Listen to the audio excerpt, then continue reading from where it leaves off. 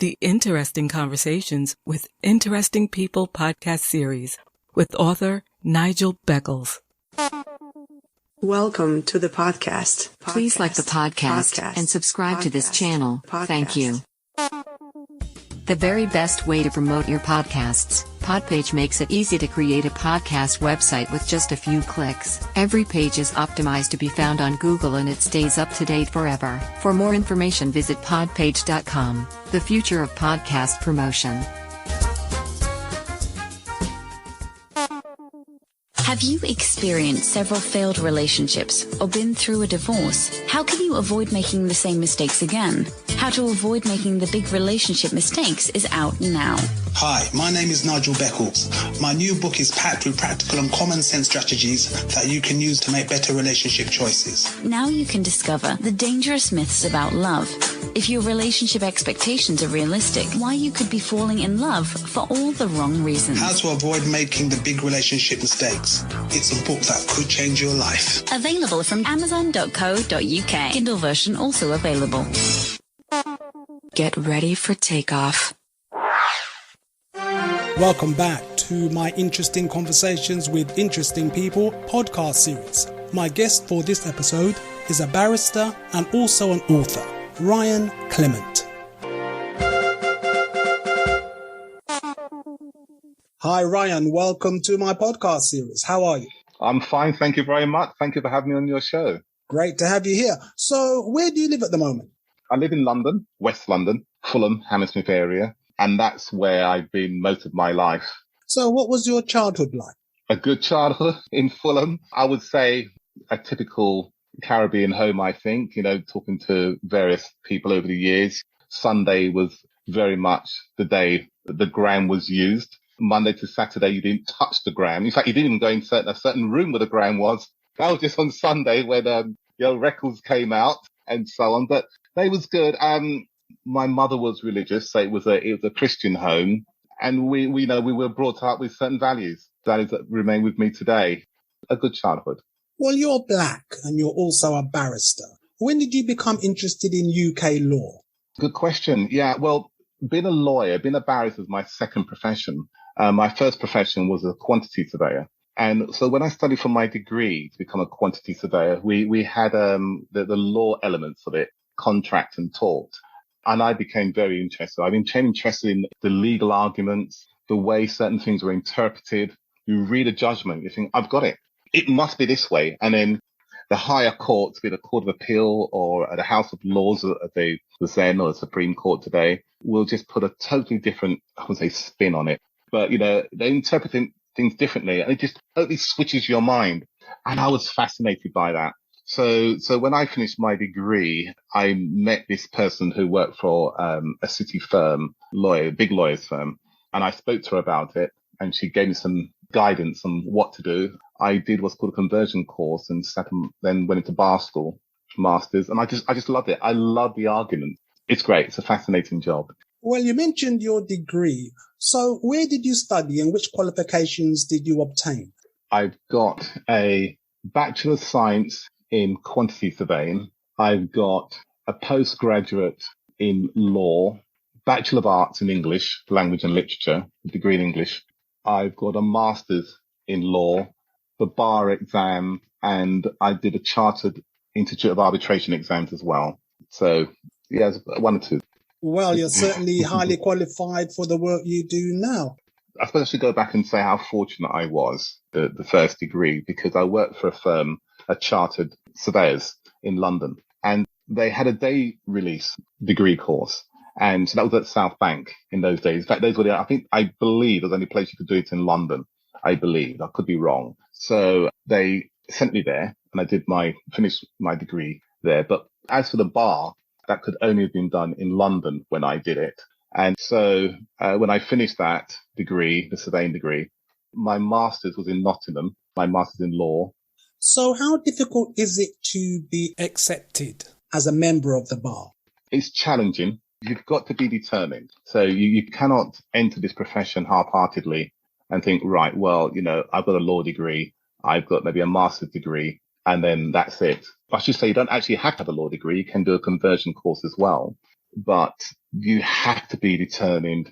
You have to be hardworking, and you have to be prepared to roll up your sleeves and expect some really long hours, ridiculously long hours. You know, someone could contact me on a Monday and saying, look, I've got a 5-day trial.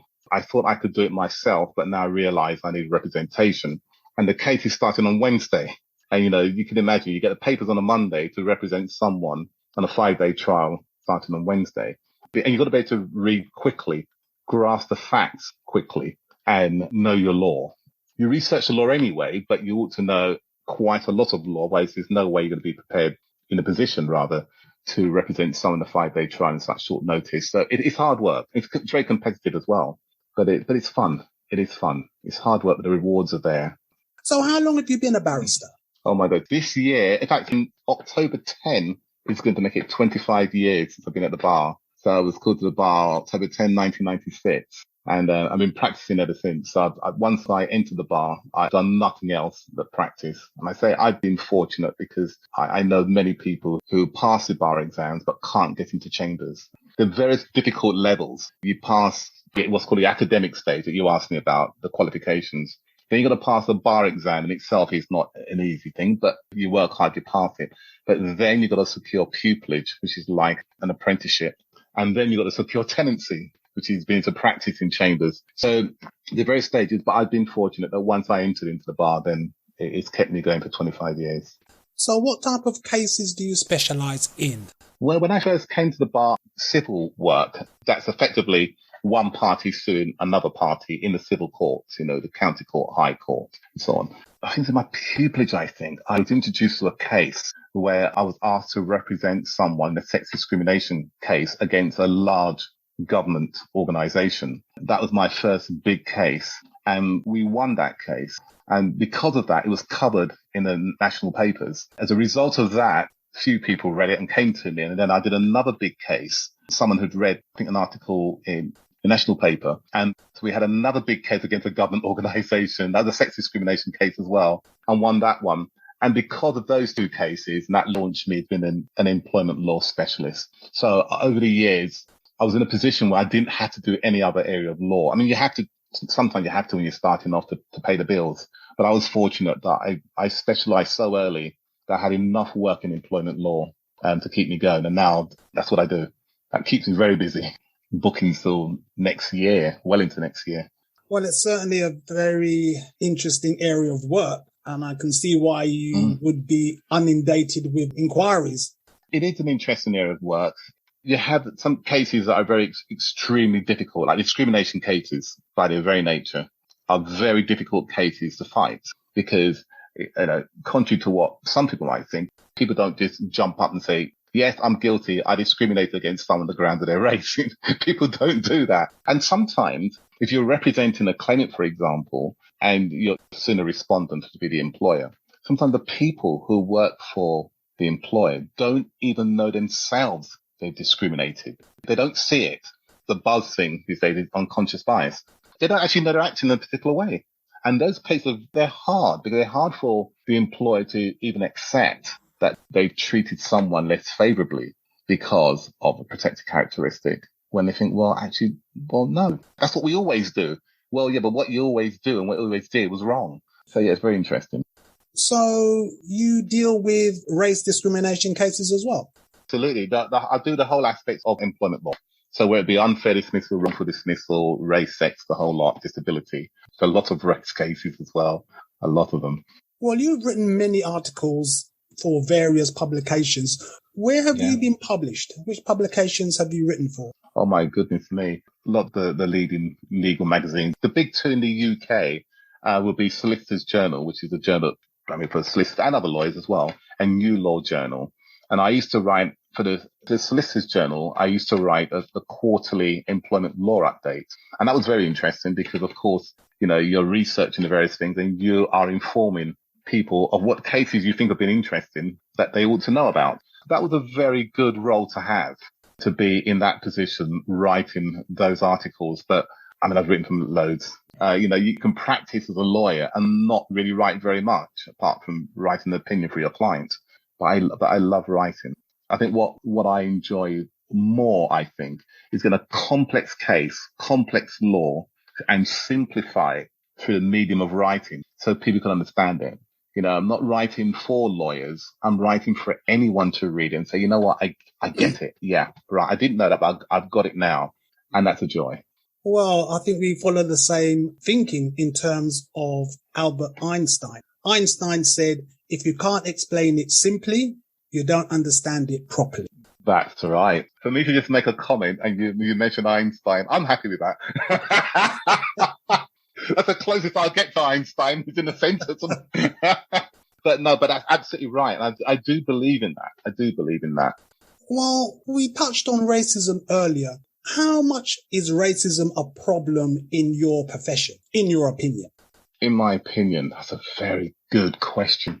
So it's a tough one to answer because I often question why I see so many solicitors, let's say black solicitors or non-white solicitors, but I don't see the same level of representation at the bar.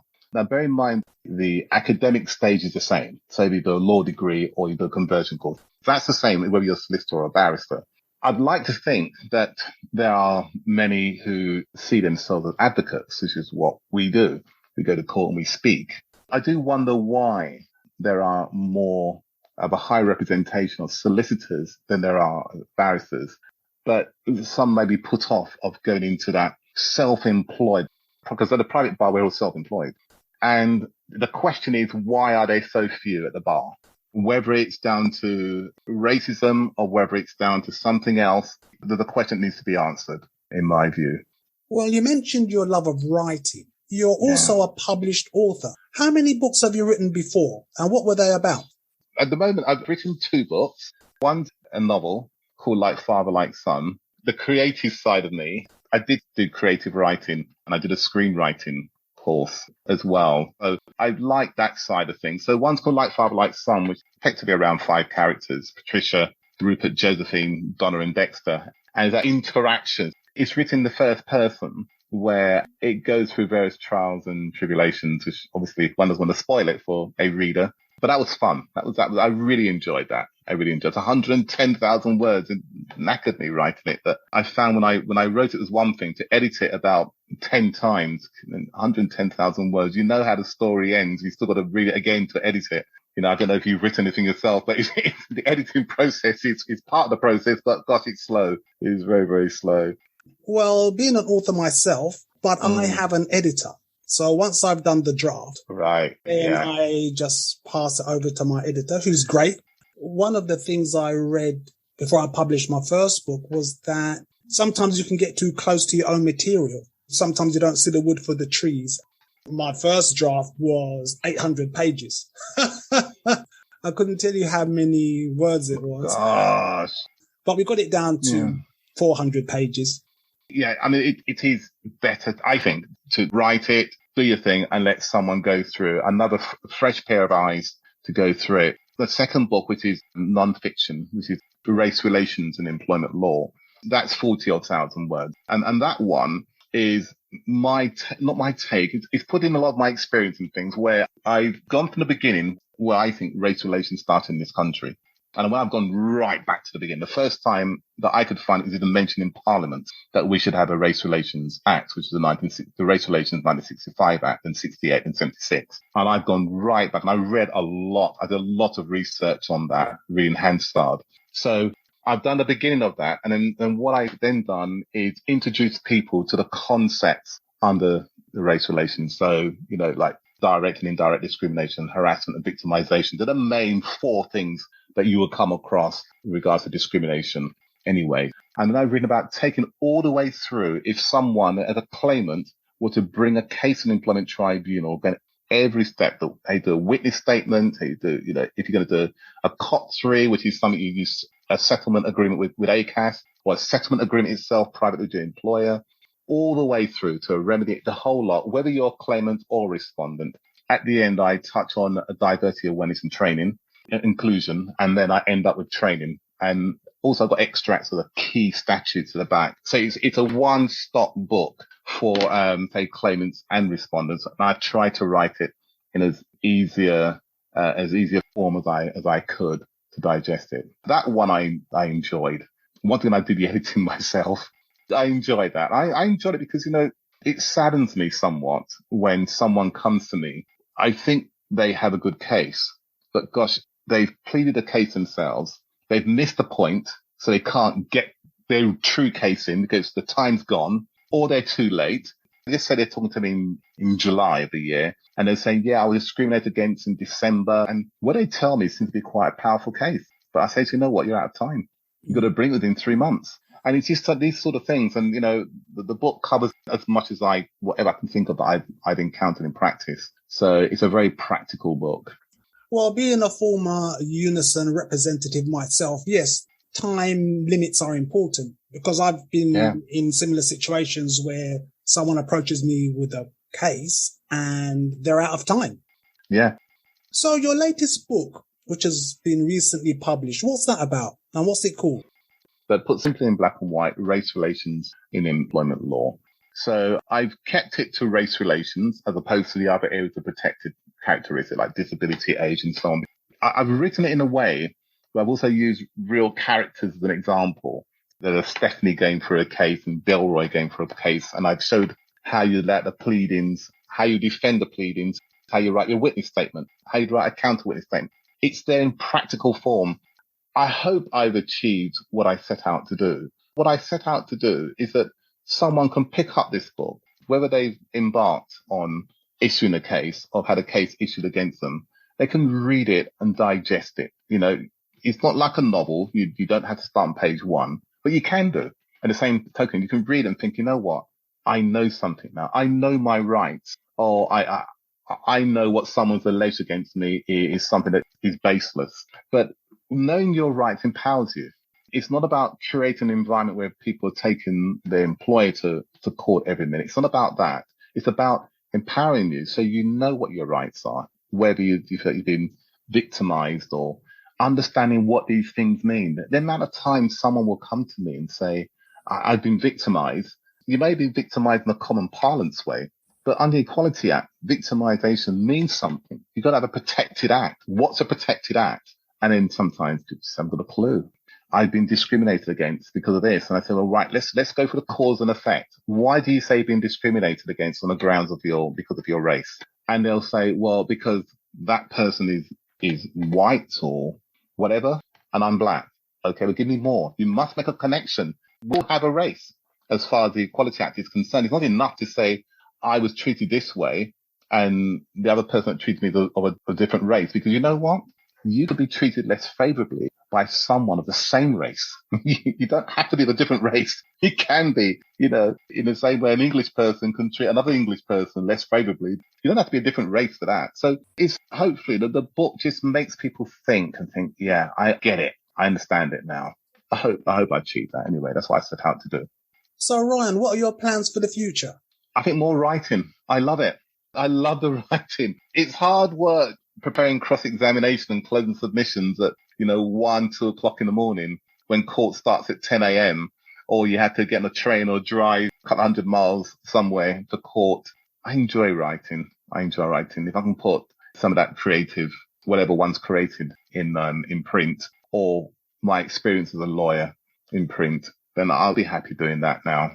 I leave it to those who have that energy to run around the country fighting these cases. I don't mind doing the odd few, but it's hard work and it's tiring. It's time. 25 years at the bar is taking its toll now, I think. So are you retired now? No, I'm still very, very active.